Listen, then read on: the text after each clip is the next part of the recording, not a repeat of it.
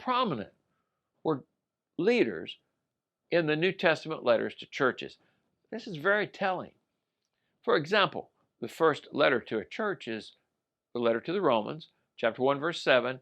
It's written to all those in Rome who are loved by God and called to be saints. No mention of the leaders. They're not singled out in any way. Of course, I hope leaders are loved by God. Certainly leaders are called to be saints. They're included in there, but they're not singled out. And you know what else Paul had to say to church leaders in the rest of the book of Romans? Nothing. He does mention leaders in the list of spiritual gifts, but he doesn't have anything else to say to them or about them. In Romans 13:1, he talks about authority and hierarchy and power structures, and he says, let every person be subject to the governing authorities. He's talking about people like Caesar. He's not talking about church leaders. At the end of the book, in chapter 15, he writes, I hope to see you in passing as I go to Spain. Normally today, if a church leader, especially a famous one, was going to come to visit a church, he would write to the local leaders. Paul didn't do that. He wrote to the whole church. It suggests where the emphasis was in New Testament church life, not with the leaders, but with the whole church. In 1 Corinthians, in the letter to that church, Paul wrote to the church of God that is in Corinth. Doesn't single out the leaders in any way. And do you know what else Paul had to say to or about leaders in the book of Corinth? Nothing. Again, in his list of spiritual gifts, he does mention gifts of leadership, but he doesn't write to them or about them. In 2 Corinthians, in the salutation, he writes to, again, the church of God that is at Corinth, with all the saints who are in the whole of Achaia, which is the big geographical area around Corinth. There were elders there. He didn't single them out. And you know what else he has to say to or about church leaders in 2 Corinthians? Nothing. Now, this is all the more significant because in 1 and 2 Corinthians, you've got a lot about church practice. There's a big section on the Lord's Supper. There's a big section on worship services, and there's a big section on church discipline. Now, in modern day church life, church leaders are prominent in all those activities. But do you know, in what Paul had to say, they're never even mentioned. Not much emphasis on local church leaders. Now, they existed. They're very important, but it's interesting. The emphasis is on entire congregations and not the leadership. When we move to the letter to the Galatians, Paul writes to the churches of Galatia. Galatia was a region in what is modern-day Turkey. Many churches, many leaders. He doesn't single them out in the greeting. And you know what he else has to say to church leaders or about church leaders in the rest of the letter to the Galatians? Nothing. Well, let's go on to the letter to the church in Ephesus. It's written to the saints who are in Ephesus. He does not single out the leaders. In chapter 4, he does mention local leaders. He says that Jesus gave leadership gifts to the church: apostles, prophets, evangelists, pastors, teachers. These leaders are very important in the life of a church. But why are they there? He says it's to equip the saints for the work of the ministry. Who are the ministers in a church? The saints. It's like the leaders are coaches on the sideline rather than star players. In Ephesians 5:22, it's very famous, he says, wives, submit to your own husbands. In Ephesians 6:1, he says, children, obey your parents. In Ephesians 6:5, he says, slaves, obey your earthly masters. And then, of course, in Ephesians 6:24, he says, church, obey your leaders. Oh, wait a minute. There is no Ephesians 6:24. It doesn't say that at all. If ever there was a place to put about the submission of the church to its leaders, this was the place to put it. It's not there. Let's go on to the letter to the church in Philippi. It's written to all the saints in Christ Jesus who are at Philippi with the overseers, and deacons. Finally, we see local leaders greeted in a salutation. So we know they were in these churches. But do you know what else he has to say to or about these local leaders in the book of Philippians? Nothing. All right, let's go on to the letter to the church in Colossae. It's written to the saints and faithful brothers in Christ at Colossae. Are the leaders mentioned? No. And do you know what else he has to say to or about church leaders in the letter to the Colossians?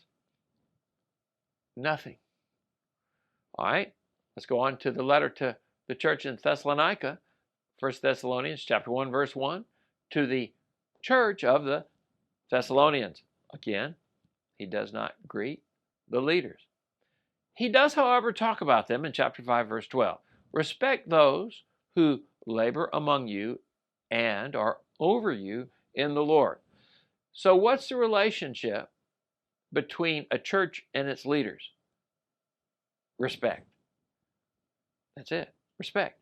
The leaders are to teach, they're to persuade, they're to guide, and the church is to respect its leaders. They are to put themselves in the mindset of being persuaded by what the leaders say. So it takes two to tango.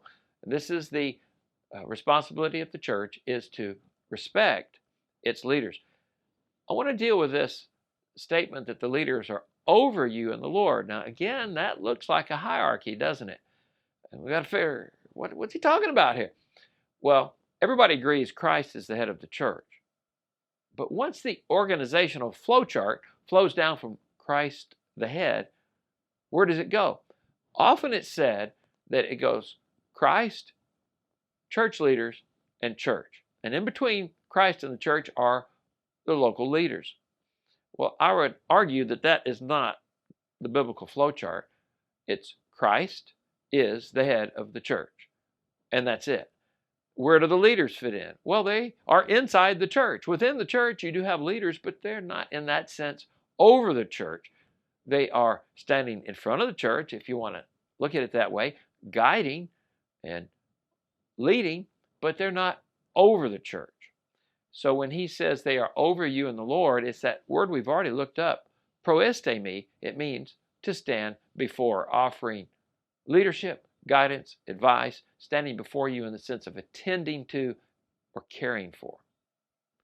Let's go on to 2 Thessalonians chapter 1, verse 1. It's written to the church of the Thessalonians. Doesn't single out the leaders. And do you know what else he has to say to or about local leadership in 2 Thessalonians? Nothing. Now let's go to the letter to the Hebrews. There's a lot here about local church leaders. For example, Hebrews 13:7. Remember your leaders and imitate their faith. So the relationship that ought to exist between the leaders and the led is one of imitation. Church leaders are to be model examples of the Christian life. And so the church is exhorted to remember its leaders, to imitate their faith, to respect them, to come out with a mindset of being persuaded by what they have to say. Hebrews 13:17, again, we've already seen this, obey your leaders and submit to them. And what's really interesting is Hebrews 13:24, it says, greet all your leaders. This is pretty significant. It assumes the leaders would not even be reading the letter to the Hebrews. That the Hebrews were to greet the leaders on behalf of the author, who are not even reading the letter. Now let's go to the epistle that James wrote. He addressed it to the 12 tribes dispersed abroad. He doesn't single out church leaders in the greeting. He does, however, mention local leaders. In chapter 5, verse 14, is anyone among you sick? Let him call for the elders of the church and let them pray over him. So we know that they had local leaders. We see them attending to the church, as would a nurse in this case, praying over the sick. And you know what else he has to say to or about leaders in that letter? Nothing. Peter's letters are addressed to the elect exiles. He doesn't single out the leaders. Now, he talks about who should submit to whom here in 1 Peter 2, verse 13. He says, be subject to the emperor as supreme, or to governors. He says in 1 Peter 2:18, servants, be subject to your masters. He says in 1 Peter 3:2, wives, be subject to your own husbands. And of course, in chapter 3, verse 23, he says, saints, be subject to your pastors. Oh, wait, it doesn't say that. Again, where it should say it, it's not there. What is interesting also is 1 Peter 5. We have the first instructions in an epistle to a church written directly to local leadership. And this is interesting. If you look at your table of contents, when you get to 1 Peter, you're almost out of New Testament letters. So we're almost completely through the New Testament before we have something written directly to a local church leader in an epistle to a church. And what it says is this: I exhort the elders among you, shepherd the flock of God, not domineering over those in your charge, but being examples to the flock. So how should local leaders lead? Well, as we've seen before, they're shepherds, not cowboys. They lead, they don't drive.